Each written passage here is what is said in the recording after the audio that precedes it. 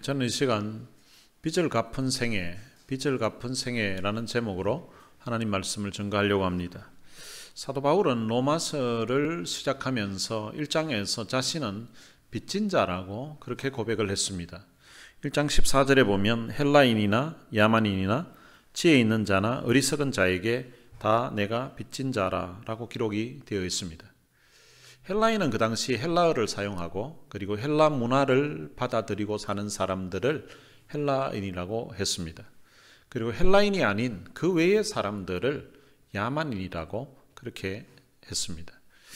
헬라인은 당시에 지혜 있는 자의 상징적인 그룹이었습니다. 그 외의 사람들은 어리석은 자로 표현되었습니다. 그래서 헬라인이나 야만인이나 지혜 있는 자나 어리석은 자라는 말은 그 시대에 살고 있었던 세상의 모든 사람들을 가리키는 것입니다. 사도 바울은 세상의 모든 사람들에게 나는 빚진 자라고 그렇게 고백을 했습니다.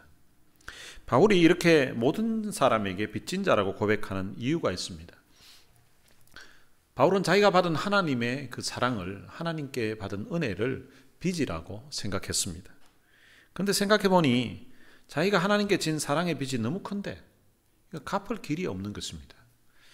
하나님께 받은 사랑은 너무 큰데 갚을 길이 없어서 사람들에게 자기가 깨달았던 이 하나님의 은혜, 자기가 깨달았던 이 하나님의 사랑, 이 복음을 전함으로 갚겠다고 생각을 한 것입니다. 그래서 그는 모든 사람들에게 나는 빚진 자라고 고백을 한 것입니다.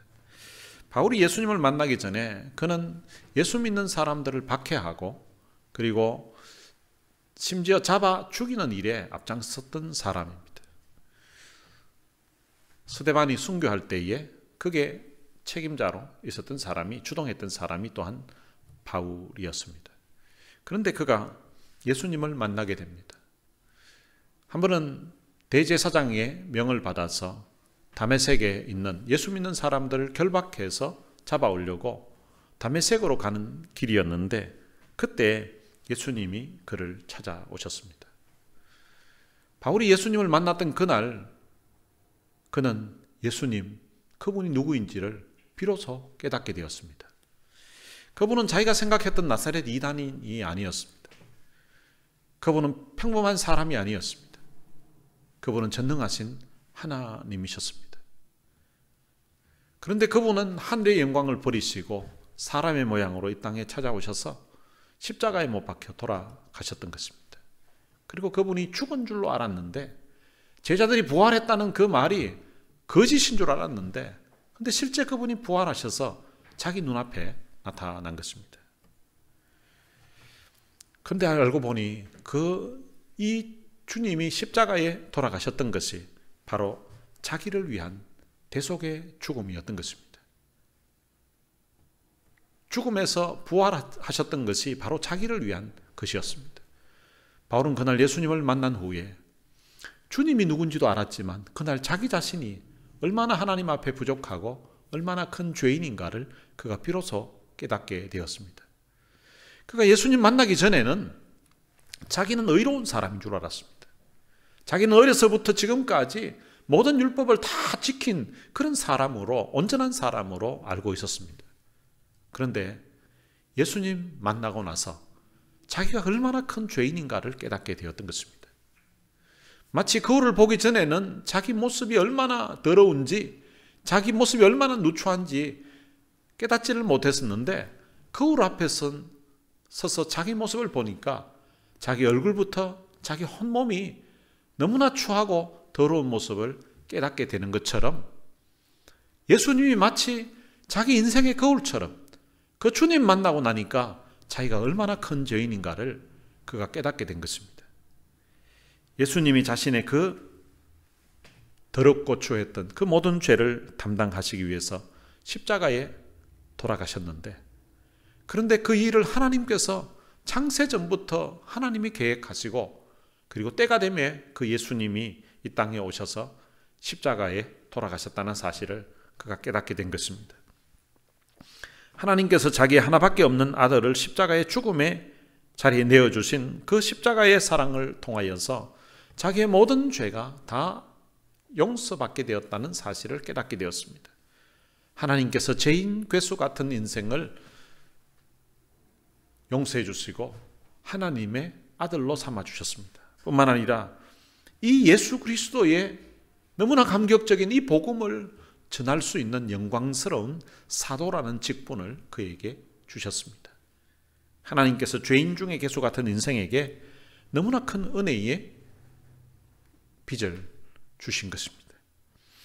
바울은 하나님께로부터 받은 너무나 큰 이 은혜를 자기는 빚으로 생각하고 남은 인생을 이 복음을 전하면서 살아야 되겠다고 그날 결단을 하게 됩니다. 그렇게 하는 것이 하나님께 받은 이 놀라운 은혜, 이 귀한 은혜를 갚는 길이라고 생각한 것입니다. 바울은 하나님께 졌던 그 사랑의 빚을 세상 모든 사람들에게 예수 그리스도의 이 복음을 전하는 것으로 갚으려고 한 것입니다. 그래서 그는 빚진 자라고 생각하고 평생을 빚진 자의 마음으로 살게 됩니다. 오늘 본문은 사도 바울이 로마서 1장에서 빚진 자라고 고백하고 그리고 빚진 자로 살아왔던 자기 인생이 어떻게 지금까지 살아왔는지를 고백하고 있는 내용이 담겨져 있습니다. 14절에 보면 내 형제들아 라고 시작을 합니다. 바울은 로마교회 성도들을 향하여서 내 형제라고 불렀습니다. 여러분, 이 형제라는 이 호칭은 앞부분에서도 사도 바울이 여러 번 사용했었고 또한 바울 서신에서 여러 곳에서 형제라고 그렇게 고백을 합니다. 예수를 믿는 그 순간 예수님이 자기 인생의 주인이 되시고 그리고 또한 하나님이 아버지가 되십니다. 그리고 예수 그리스도를 주로 고백하는 모든 사람들이 다 하나님의 자녀들이라는 것입니다. 그래서 사도 바울은 자기가 비록 한 번도 보지 못한 로마 교회 성도들이지만 그들을 향하여서 형제라고 부르고 있습니다. 이 형제라고 부른 것은 로마 교회 성도들을 향한 애정어린 사랑이 담겨 있는 그런 마음을 담아서 부르는 것입니다. 제가 미국에 와서 처음 공부를 하면서 이제 시작했던 학교가 있는데 거기에 교수님 한 분이 지금은 게리 콤이라는 분인데 그분이 이제 그 학교의 총장이 되어 계십니다. 근데 그분이 수업하고 또 쉬는 시간이나 이야기할 때에 그분이 저를 만나게 되면 하는 이야기가 늘 브라더스라고 그렇게 이야기했어요. 브라더 어떤 데는 보천이라고 하기도 하고요. 늘 부를 때에 그냥 스튜던트라고 할 수도 있을 건데 그냥 브라더이라고 이렇게 그 참 존경하는 그 교수님이 부를 때에 브라더이라고 그렇게 불러주니까 너무 그게 참 감사하고 너무 기쁘고 너무 좋았었습니다. 바울이 로마 교회 성도들을 향하여서 브라더이라고 형제라고 그렇게 부르고 있습니다. 바울은 로마 교회 성도들을 향하여서 너희가 스스로 선함이 가득하고 모든 지식이 차서 능히 서로 구원하는 자임을 나도 확신하노라 라고 그렇게 말을 합니다. 당시 로마 교회는 앞부분에 14장과 15장 전반부에서 이야기하는 것처럼 그 먹는 문제로 인하여서 성도들 간에 서로 비난하고 서로 이렇게 무시하고 하는 그런 문제들이 발생했었습니다. 그런 약간의 어떤 불화와 다툼이 있었지만 그래도 전체적으로 볼 때는 로마교회 성도들이 성숙한 믿음의 사람이라고 지금 칭찬해 주고 있는 것입니다. 바울은 로마서 1장 29절에서 모든 불의, 추악, 탐욕, 악의가 가득한 자라고 했습니다. 이것은 하나님을 알지 못하는 그 인생들이 이방인들의 그 모습의 바로 모든 불의, 추악, 탐욕, 악의가 그 마음에 가득하다는 것입니다. 그런데 지금은 선함이 가득하다고 칭찬하고 있는 것입니다. 이 가득하다는 표현이 똑같은 동일한 단어입니다. 과거에는 불의와 그리고 추악, 탐욕, 악의가 가득했었는데 이들이 회개하고 예수 믿고 새 사람으로 바뀐 것입니다. 그래서 이제는 선함이 그들에게 가득하다라고 합니다. 그래서 능히 서로 구원하는 자임을 나도 확신한다라고 그렇게 말합니다. 서로 구원한다는 말은 이 여기 나오는 이 서로는 믿음이 앞부분에 이야기했던 강한 자와 그리고 믿음이 약한 자 이 두 사람들을 이야기하는 것입니다. 그러니까 유대인 성도들과 이방인 성도들을 같이 이야기하는 것입니다. 이들이 서로 구원할 수 있다는 것입니다. 그들에게는 선한 마음이 있고 그리고 충분한 지식이 있어서 서로의 믿음 생활에 필요한 말들로 서로 권면하는 그런 상황이라는 것입니다. 서로의 믿음과 생활에 있어서 필요한 것이 무엇인지를 알고 도움을 주고 격려하고 위로하는 그런 상황이라는 것입니다. 바울이 아직 로마 교회를 방문하지 않은 그 상태에서 이 로마 교회에는 목회자들이 없었습니다. 목회자들이 없음에도 불구하고 로마 교회 성도들끼리 복음을 받아들인 그 상태에서 서로 권면하면서 믿음에서 이탈하지 않고 서로 낙심한 자가 있으면 위로해주고 또 그 연약한 자들이 있으면 보듬어주고 감싸주면서 그리스도의 은혜와 사랑 가운데서 거하게끔 해서 지금 로마 교회가 되어 있는 것입니다. 나도 확신한다는 말은 사도 바울 자신도 확신한다는 그런 말입니다. 이 말은 다른 사람들에게 있어서도 로마 교회 성도들의 그 믿음이 이만한 온전한 믿음의 사람인 줄로 증명이 되었다는 것을 이야기하는 것입니다. 그러니까 이 로마 교회 성도들의 믿음의 수준은 어떤 객관적인 자료에 의하여서 어떤 일들로 통하여서 그 믿음의 수준이 이미 검증이 되었다는 것입니다. 사도 바울도 그런 이야기를 듣고서 나 자신도 생각하기에 여러분들의 믿음이 바로 이런 훌륭한 믿음이라는 것을 나도 확신하고 있다고 그렇게 말하는 것입니다. 15절에서는 그러나 내가 너희로 다시 생각나게 하려고 하나님께서 내게 주신 은혜로 말미암아 더욱 담대히 대략 너희에게 썼노니 라고 말합니다.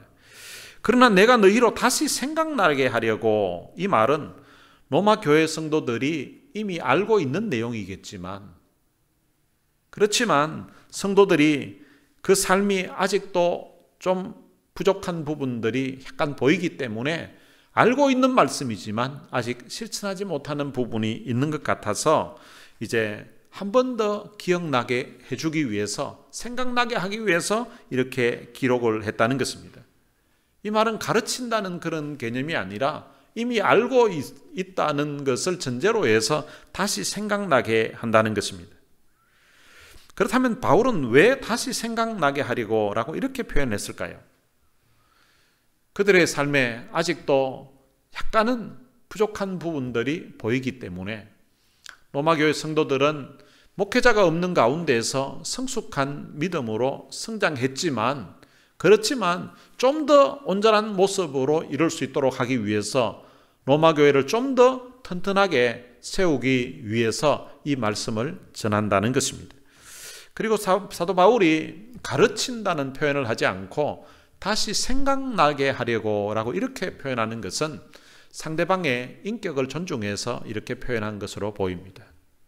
앞에 다툰 그런 내용을 보면 내가 너희들을 책망한다고, 아니면 너희들에게 가르친다고 이렇게 표현할 수도 있을 것 같은데, 그런데 로마 교회 성도들을 배려해서 그들을 존중해서 여러분들이 이미 이런 내용들을 잘 알고 있는 내용이겠지만 다시 한 번 더 내가 사도의 그 직분 가지고 내가 받은 그 은혜를 가지고서 여러분들에게 썼다고 이렇게 표현을 합니다. 사도 바울은 하나님께서 내게 주신 은혜로 말미암아 더욱 담대히 대략 너희에게 썼다라고 말합니다. 이 로마서를 기록한 그 이유가 하나님께서 내게 주신 은혜로 말미암아 너희에게 썼다는 것입니다. 여러분, 이 하나님의 은혜라는 이 단어는 로마 교회 성도들에게도 참 가슴 설레는 단어이겠지만 특별히 사도 바울에게 있어서는 참 가슴을 설레게 하고 가슴을 뛰게 하는 단어가 바로 이 하나님의 은혜라는 단어입니다. 바울이 받은 하나님의 은혜는 여러 가지 있겠지만 성경에서 사도 바울이 기록하면서 표현한 그 은혜를 보면 첫 번째는 하나님께서 창세전에 그리스도 안에서 선택해 주셨다는 것을 사도 바울은 하나님의 큰 은혜라고 고백하고 있습니다. 그리고 두 번째는 예수님의 그 십자가의 사랑으로 자기가 구원받았다는 이 사실이 너무나 큰 하나님의 은혜라고 표현을 합니다. 허물과 죄로 죽었던 인생인데 이런 은혜를 베풀어 주셨습니다. 사도 바울은 로마서 5장 8절에서도 우리가 아직 죄인 되었을 때에 그리스도께서 우리를 위하여 죽으심으로 하나님께서 우리에게 대한 자기의 사랑을 확정하셨다고 그렇게 말씀했습니다. 너무나 과분한 은혜를 하나님께서 베풀어 주신 것입니다. 그리고 세 번째 사도 바울이 받은 은혜는, 사도 바울은 교회와 예수 믿는 자를 핍박하면서 주님을 대적했던 사람이었는데, 그런 죄인 중에 개수 같은 인생을 주님이 구원해 주실 뿐만 아니라 이방인들에게 복음을 전할 수 있는 사도로 불러주셨다는 이것을 하나님이 그의 인생에 베풀어 주신 큰 은혜라고 그렇게 고백을 합니다. 그리고 네 번째 사도 바울이 받은 은혜는, 사도 바울의 인생에 많은 환난과 고난을 당했었는데, 그래서 마음에 사형 선고를 받고 살 소망까지 끊어졌던 적도 있었는데, 근데 거기에서 하나님이 건져내 주시고 하나님이 그를 일어나게 위로해 주셨다는 사실입니다. 그래서 사도 바울은 나의 나된 것은 하나님의 은혜라고 그렇게 고백을 한 것입니다. 이런 은혜 중에서 오늘 본문에서 말하는 이 하나님의 은혜는 어떤 것인가 하면 세 번째에 제가 설명한 은혜입니다. 그것은 16절에 보면 나옵니다. 이 은혜는 곧 나로 이방인을 위하여 그리스도 예수의 일꾼이 되어 하나님의 복음의 제사장 직분을 하게 하사 이방인을 제물로 드리는 것이 성령 안에서 거룩하게 되어 받으실 만하게 하려 하심이라고 합니다. 바울은 이방인을 위하여서 그리스도의 일꾼으로 불러주신 이것이 하나님이 자기 인생에 베풀어 주신 큰 은혜라고 고백하고 있는 것입니다. 바울은 이방인들의 그 영혼을 구원하는 사도로 자기를 불러주셨다는 이 사실이 너무 감격스러웠던 거예요. 바울은 대제사장의 명을 받아서 예수 믿는 사람들을 결박하기 위해서 예루살렘으로 잡아오기 위해서 다메섹으로 가던 중에 부활하신 주님을 만나게 되었습니다. 그리고 이방인의 사도로 그는 부르심을 받게 되었습니다. 죄인 괴수 같은 인생을 위해 십자가에 죽으시고 자기를 구원하실 뿐만 아니라 이방인의 사도로 불러주신 이 하나님의 귀한 은혜를 그는 일평생 갚아도 다 갚을 수 없는 빚이라고 고백하고 있는 것입니다. 바울은 빚진 자의 마음으로 하나님께 진 사랑의 빚을 갚기 위해서 일평생을 살아갑니다.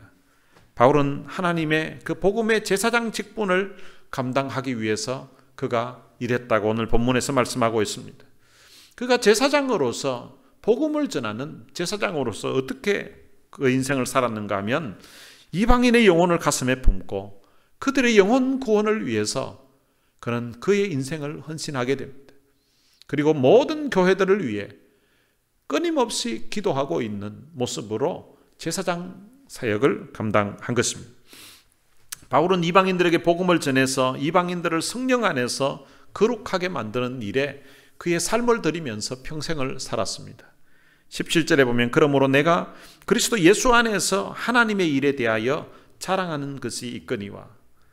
바울의 자랑은 오직 그리스도 예수 안에서 하고 있다고 그렇게 고백을 합니다. 사실은 이 바울은 그의 인생에 자랑할 것이 참 많았던 사람입니다.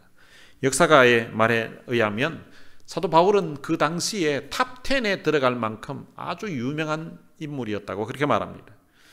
그는 그가 배운 가말리엘 문화에서 배운 어떤 학벌이나 아니면 그가 이룬 업적들 자랑할 것이 많겠지만, 근데 그런 것들을 자랑하지 아니하고 오직 그리스도 예수 안에서 자랑하겠다라고 말하는 것입니다.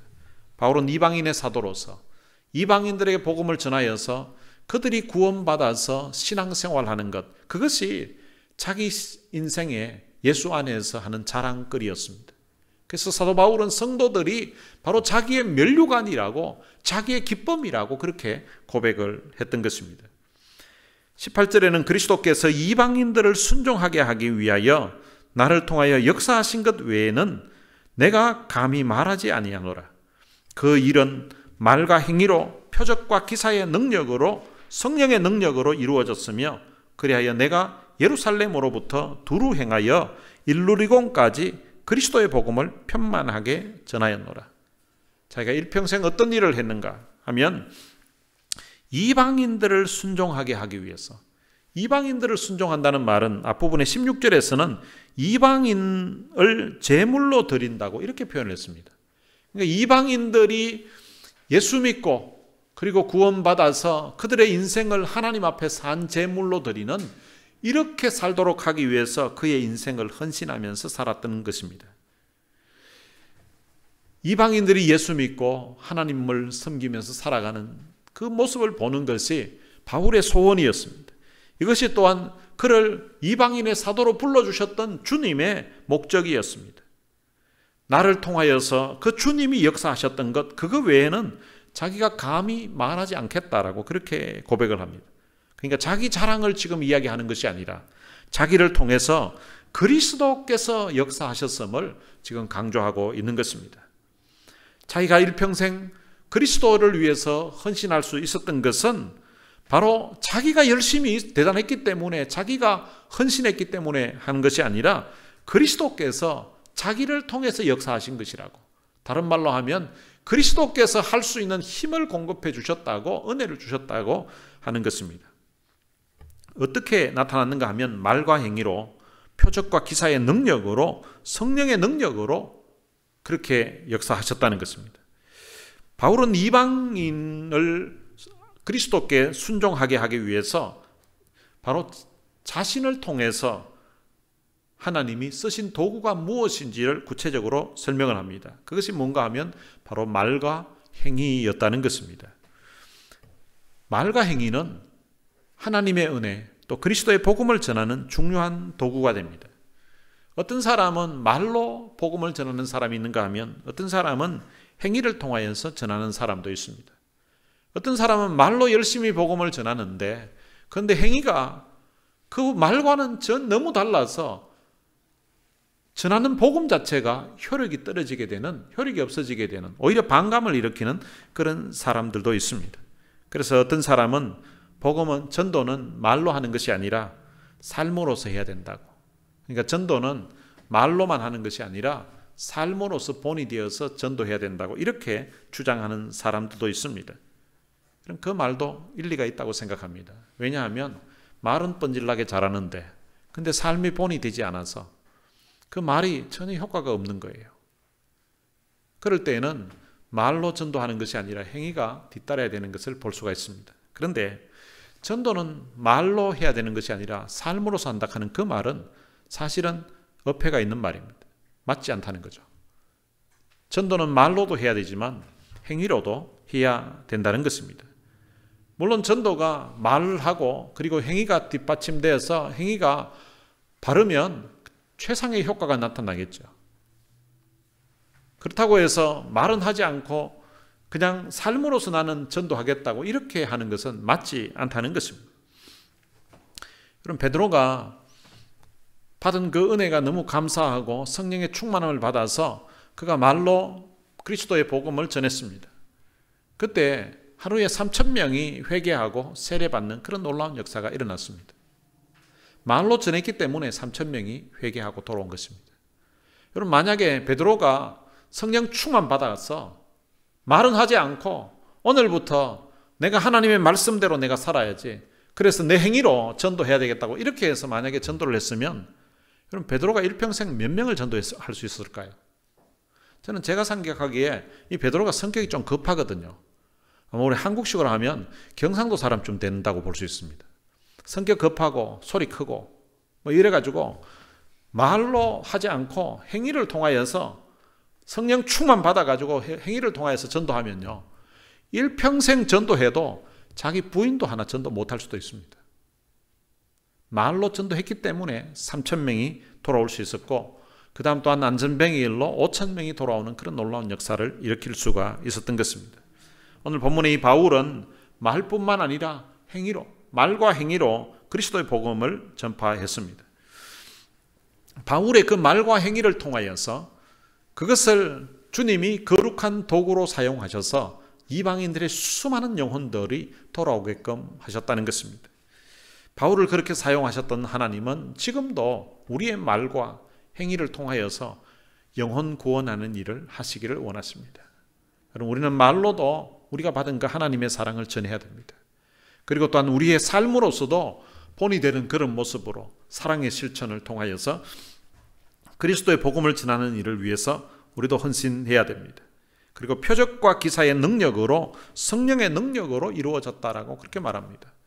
그리스도께서는 이방인들을 향한 효과적인 전도 사역이 이루어지도록 사도 바울로 하여금 표적과 기사의 능력으로 복음을 전할 수 있도록 하셨다는 것입니다.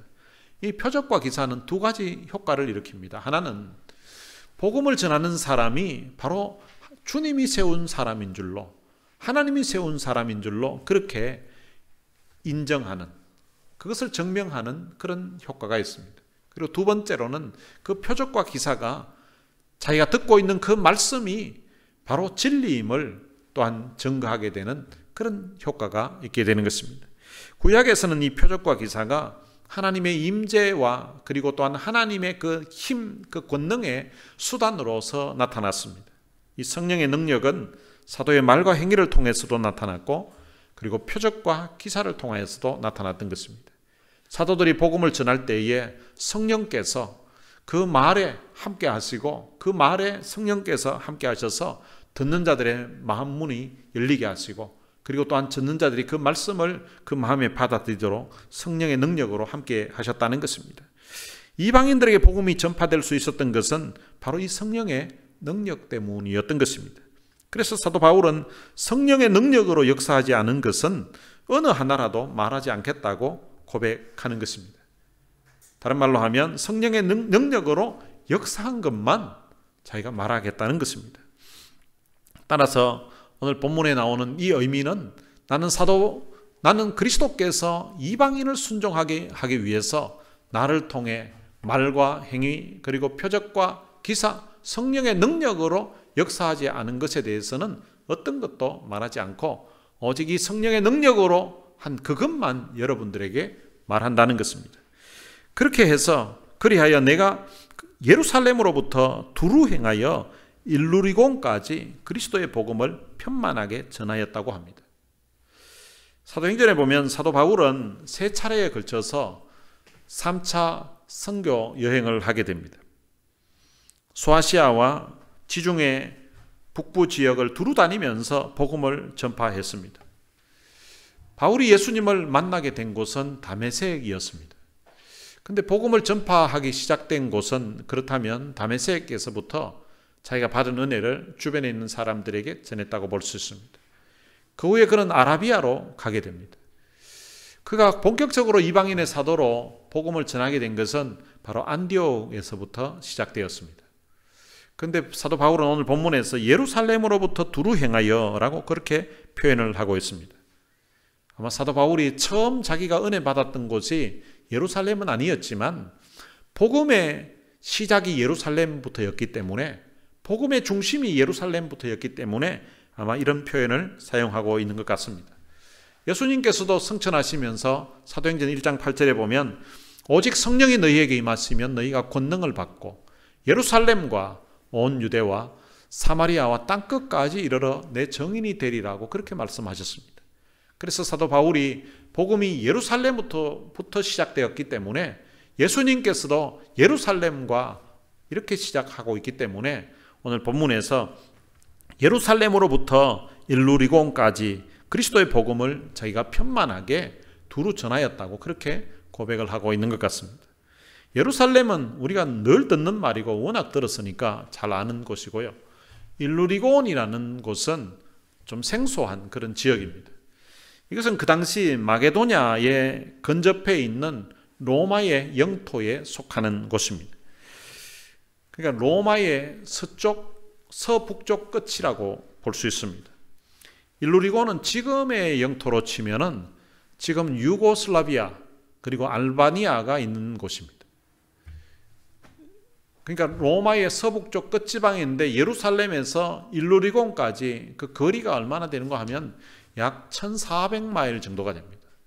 키로로 하면 2200km가 훨씬 넘는 그런 엄청나게 먼 거리입니다.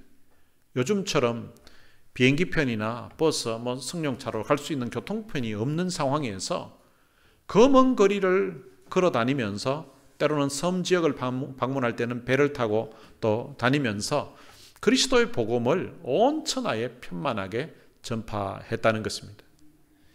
사도 바울은 우리처럼 건강한 그런 몸이 아닙니다. 그는 그의 몸에 육체의 가시, 즉 사단의 사자가 있다고 고백을 했습니다. 몸의 육체의 가시라는 말은 이 막 찌르고 고통스럽게 하는 거라는 거죠. 근데 그것이 사단의 사자라고 이렇게 표현한 것 보면 그게 상당히 그에게 고통인 것을 알 수가 있습니다. 근데 이것을 치유되기 위해서 하나님 앞에 3번이나 간구했는데, 그런데 하나님은 너무 받은 은혜가 크기 때문에 너무 자고하지 않게 하기 위해서, 너무 교만하게 하지 않기 위해서 하나님이 주신 거라고. 거기에 대해서는 하나님이 취해 주시지 않고 내 은혜가 내게 족하다고 그렇게 하나님이 응답하셨습니다. 이 육체의 가시가 무엇일까? 육체의 질병이라고 그렇게 볼 수가 있습니다. 사도 바울에게 어떤 질병이 있었을까? 여러 가지 학설이 있습니다. 첫 번째로는 사도 바울에게 간질이 있었다고 주장하는 사람이 있습니다. 그런데 성경에서 사도 바울이 간질이라고 이렇게 단정할 만한 그런 단서는 보이지 않습니다. 그런데 성경에서 보이는 내용 중에 그에게 있는 육체의 질병, 두드러진 것이 있는데 그것은 바로 눈에 문제가 있습니다. 갈라디아서 6장 11절에 보면 내 손으로 너희에게 큰 글자로 쓴 것을 보라라고 이렇게 표현되어 있고요. 그 다음 갈라디아서 4장 15절에 보면 너희 눈이라도 빼어 나에게 주었으리라고 이렇게 했습니다. 그러니까 사도 바울은 눈이 잘 보이지 않는 거예요. 앞을 잘 못 보는, 그래서 글씨를 쓸 때도 작은 글씨는 아예 못 쓰고요. 그리고 큰 글씨를 써야만 알 수 있는 거예요. 귀에 소리가 잘 들리지 않는 사람은 말을 크게 합니다. 왜냐하면 본인이 잘 안 들리기 때문에. 그리고 이게 글씨가 잘 보이지 않는 사람은 글씨를 크게 씁니다. 저희 집에 지혜가 글씨 쓴 거 보면 얼마나 작게 쓰는지, 이게 어떤 데는 너무 작아서 잘 못 알아볼 때가 있습니다. 그만큼 이제 잘 보인다는 거죠. 그렇기 때문에 자기 글씨를 작게 쓰는 거예요. 그런데 시력이 안 좋은 사람은 글씨를 크게 씁니다. 크게 써야 자기가 일단 잘 보이니까. 어떤 때는 강의를 하거나 설교를 할 때도 보면 했던 소리 또 하고 했던 소리 또 하는 사람이 있습니다. 그 본인이 이해가 안 돼가지고, 본인이 이해가 안 되니까 자꾸 이렇게 했던 소리 또 하고 했던 소리 또 하는 그런 경우도 있습니다. 사도 바울 같은 경우에는 눈이 잘 안 보이는 거예요. 그러니까 성도들이 사도 바울을 너무 사랑하니까 정말 사도 바울을 위해서라면 눈이라도 빼줄 수 있으면 우리가 빼주겠다고 하는 그런 성도들이 있었던 거예요. 이것으로 보아서 사도 바울에는 눈에 아주 심각한 문제가 있었던 것으로 보입니다. 여러분, 눈이 불편한 상태에서 먼 거리를 이렇게 걸어간다는 것은 이게 쉬운 일이 아니에요. 눈이 건강한 사람도, 눈이 잘 보이는 사람도 이렇게 길을 가다 보면 때로는 걸리기도 하고 넘어지기도 하는데, 눈이 잘 안 보이면 요즘처럼 포장이 덜 된 길을 가는 것도 아닌데 어떤 데는 산길도 있고 어떤 데는 덜길도 있고 이런 길들을 막 넘어갈 때에 앞이 잘 안 보이면요 얼마나 많이 넘어지고 엎어지겠습니까? 사도 바울이 그런 가운데서 예루살렘에서 일루리곤까지 편만하게 그리스도의 복음을 전하기 위해서 돌아다녔다는 것입니다. 그리고 그에게 또 다른 문제가 하나 있습니다. 어떤 문제인가 하면 말이 시원하지 않다는 거예요. 고린도전서 10장 10절에 보면 이제 사도 바울을 비난하는 사람들의 표현입니다. 그들의 말이 그의 편지들은 무게가 있고 힘이 있으나, 그러니까 사도 바울의 그 편지에는 무게가 있고 힘이 있다는 거예요. 그런데 그가 몸으로 대할 때는 약하고 그 말도 시원하지 않다 하니, 그러니까 사도 바울이 이 글을, 우리 지금 로마서를 계속 보고 있는데 이 로마서 이런 글을 보면 야, 어떻게 참 이렇게 글을 잘 썼나, 이 말이 아주 참 힘이 있고 너무나 잘 자기들에게 은혜가 되고 좋다는 거예요. 그런데 가서 만나서 보니까 이 굉장히 약하다는 거예요. 사도 바울이 키가 아주 작아요. 키가 작고 거기에다가 말도 시원치 않다는 거예요. 여러분, 신학교 들어가게 되면 설교학이라는 것을 배우게 되는데요, 이 목사가 되려고 하면 말을 잘해야 된다는 거예요. 이 목사가 되려면 가르치는 은사가 있어야 된다. 가르치기를 잘하고 설교를 잘해야 된다는 거예요. 칼빈 같은 경우에도 가르치는 은사가 없는 사람은 목사가 되어서는 안 된다고 그렇게 했다는 거예요. 여러분, 설교하는 사람이 말을 잘 못하면 이게 부담이 될 거 아니에요. 어디 가서 말을 해야 되고 설교를 해야 되는데 이 말하는 것이 이게 잘해야 되는데 근데 사도 바울은 우리가 직접 보지는 않았지만 이 말이 시원치 않다는 거예요. 그래서 사람들이 사도 바울이 그 사람 글은 대단할지 몰라도 그 사람 설교 한번 들어보라고, 아이고 그 사람 설교 뭔 말인지 도대체 못 알아듣겠다고, 말이 시원치 않다고 이렇게 비난한 거예요. 이거는 다른 사람들이 사도 바울을 비난할 때 사용했던 표현입니다. 그런데 사도 바울 본인의 말이 있습니다. 고린도후서 11장 6절에 보면 사도 바울이 이렇게 고백합니다. 내가 말에는 조라나 지식에는 그렇지 아니하니. 사도 바울 자신의 말에도 내가 말에는 조라다고, 내 말은 나도 부족한 거 안다는 거죠. 말이 내가 참 부족하고 말이 형편없다는 거예요. 어떤 목사님들 중에도 그런 분들이 있습니다. 어떤 분들이 설교집 책을 보니까 너무 좋은 거예요. 너무 은혜되고 좋은데 그분이 직접 이제 설교를 하는 걸 들으니까 이게 별로 은혜가 안 되는 그런 사람이 있습니다. 그런데 어떤 분은 설교를 할 때는 그 음성이라든지 그 표정이라든지 설교를 할 때는 너무 은혜가 되고 너무 좋았던 거예요. 그런데 그분이 그 설교한 것을 이제 설교집으로 책자로 나온 거예요. 책자로 나온 걸 보니까 이게 주어도 제대로 안 맞는 것 같고 이게 표현이 안 맞는 거예요. 그래서 설교를 들었을 때 하고 그것을 전문을 다 이렇게 타이핑 됐을 때 하고 이게 똑같이 이게 은혜가 되기는 이게 쉽지 않다는 것입니다. 사도 바울 자신의 말에도 그렇다는 것입니다.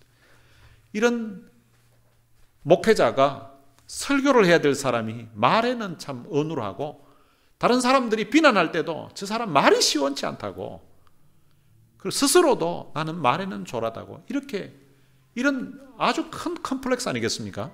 설교자가 그런 컴플렉스가 있음에도 불구하고 거기에다가 자기 신체적으로 참 눈이 제대로 보이지 않는 그런 약점이 있음에도 불구하고 이 빚진 자의 마음으로 얼마나 열정적으로 복음을 전하면서 다녔으면 예루살렘에서 1400km가 떨어져 있는 그 일루리곤까지 직선으로 간 것이 아니라 온 지역을 두루 다니면서 복음을 전했다는 것입니다. 사도 바울은 이 빚을 갚기 위해서 최선을 다해서 살았습니다. 그러면서 내가 그리스도의 이름을 부르는 곳에는 복음을 전하지 않기로 힘썼다고, 이는 남의 터 위에 건축하지 아니하려 함이라. 이미 다른 사역자가 복음을 전한 그 지역에서는 자기는 가서 복음을 전하지 않고 아직 전혀 복음을 받지 못한 그 지역에 가서 자기는 복음을 전한다라고 그렇게 고백을 하고 있습니다. 그러면서 자기가 받았던 그 은혜를 예루살렘으로부터 그리고 일루리곤까지 온 지역을 다니면서 복음을 전하면서 살았습니다. 빚진 자라고 고백을 했었는데 그는 평생을 이렇게 복음을 전하면서 빚을 갚는 생애를 산 것입니다. 생각해 보면 우리도 하나님께 진 사랑의 빚이 참 많은 사람들입니다. 바울을 창세전에 선택하셨던 그 하나님이 오늘 우리들도 창세전에 선택하셔서 하나님의 자녀로 삼아 주셨습니다. 그리고 예수님의 그 십자가의 사랑을 통하여서, 십자가의 죽음을 통하여서 우리를 구원해 주셨습니다. 그리고 지금까지 우리들을 인도하시고 여기까지 우리를 돌봐 주신 것입니다. 이것이 우리가 받은 하나님의 은혜요, 하나님의 사랑입니다. 우리는 이 하나님의 은혜의 빚을 갚으면서 우리의 남은 생애를 살아야 됩니다. 제가 카드 빚이 32,000불 있었는데 다 갚았다고 했고요. 교회 빚도 론할 때 10만 불 다운페이 한다고 카드로 끊고, 그리고 리모델링 공사한다고 또 한 3만 불, 이렇게 13만 불이 있었는데 그것도 다 갚았습니다. 제 개인 빚도 다 갚고 없고 교회 빚도 다 갚았는데, 근데 말씀을 준비하다 보니까 하나님께 진 사랑의 빚은 나도 그 사랑의 빚을 갚으려고 그렇게 생각은 하고 있었는데 보니까 갚는 그 양보다 내가 하나님께 진 빚이, 사랑의 빚이 더 많이 쌓이는 것 같았어. 하나님 앞에 너무나 참 송구스럽고 빚을 갚으면서 살겠다고 다짐하고 결단하고 이렇게 살아왔는데, 근데 돌아가 보니까 내가 갚은 것은 적은 것 같고 오히려 하나님께 받은 은혜의 빚만 더 많이 쌓인 것 같았어. 하나님 앞에 참 면목이 없는 그런 상황이었습니다. 사랑하는 성도 여러분, 여러분들은 어떻습니까? 하나님께 받은 사랑의 빚, 하나님께 받은 은혜의 빛 좀 갖고 계십니까? 아니면은 저처럼 갚는 것은 너무 적은데 근데 자꾸만 살면 살수록 하나님께 사랑의 빛만 더 쌓여만 가는 것 같습니까? 하나님께 받은 그 은혜를 생각하면서 여러분들의 남은 삶을 바울처럼 빚을 갚는 생애를 살게 되시기를 주님의 이름으로 축원합니다. 오늘 들은 말씀 생각하면서 찬양 한 곡 같이 부르시겠습니다. 오직 주의 사랑에 매여 내 영 기뻐 노래합니다. 이 소망의 언덕 기쁨의 땅에서 주께 사랑드립니다. 오직 주의 임재 안에 갇혀 내 영 기뻐 찬양합니다. 이 소명의 언덕 거룩한 땅에서 주께 경배드립니다. 근데 후렴 부분이 주께서 주신 모든 은혜 나는 말할 수 없네. 내 영혼 즐거이 주 따르렵니다. 주께 내 삶 드립니다. 받은 은혜, 받은 사랑 어떻게 우리가 말로 다 표현할 수 있겠습니까? 오늘 내 삶을 송두리치듯 주님을 위해서 살겠습니다. 나도 남은 생에 주님께 진 사랑의 빛 갚으면서 살겠습니다. 다짐하면서 함께 이 찬양 부르시겠습니다.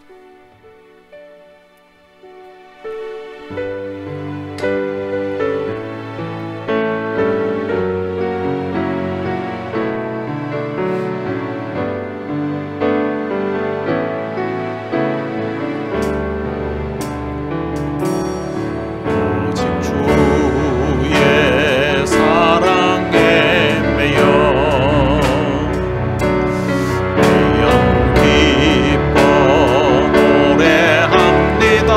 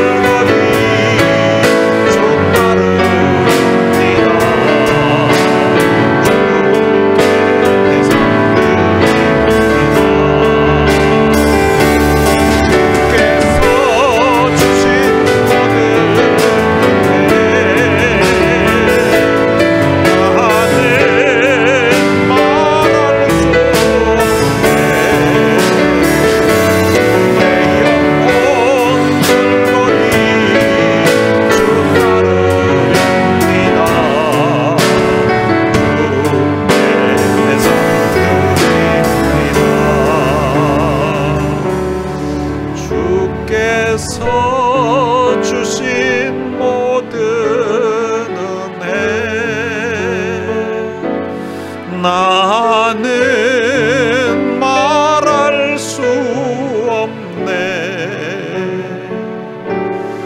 내 영혼 즐거이 주 따르렵니다. 주께 내 삶 드립니다.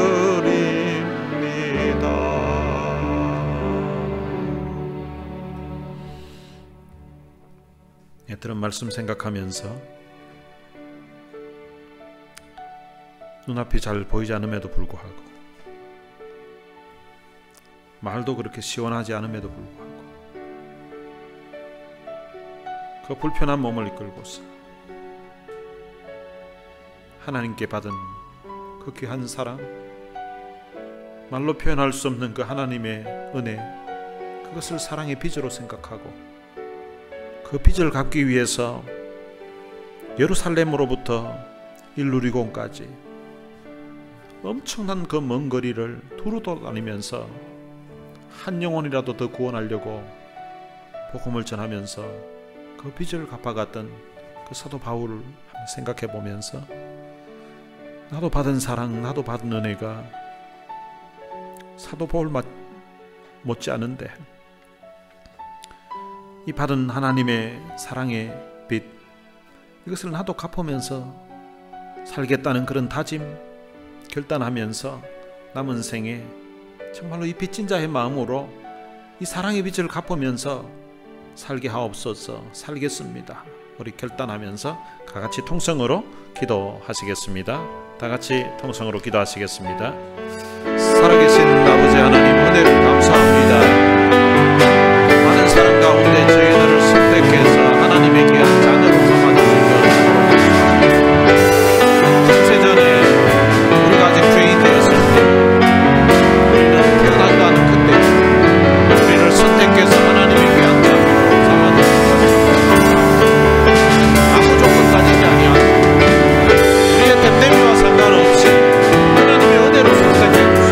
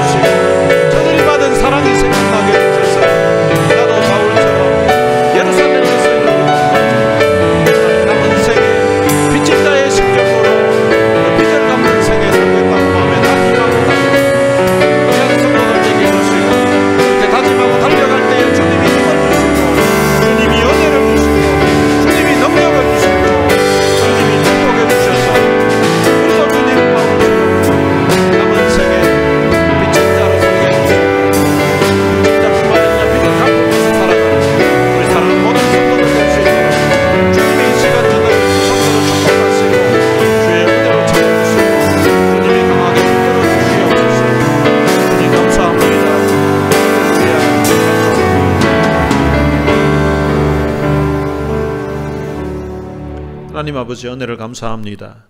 많은 사랑 가운데 저희들을 선택해서 하나님의 귀한 자녀로 삼아주신 것 참으로 감사합니다.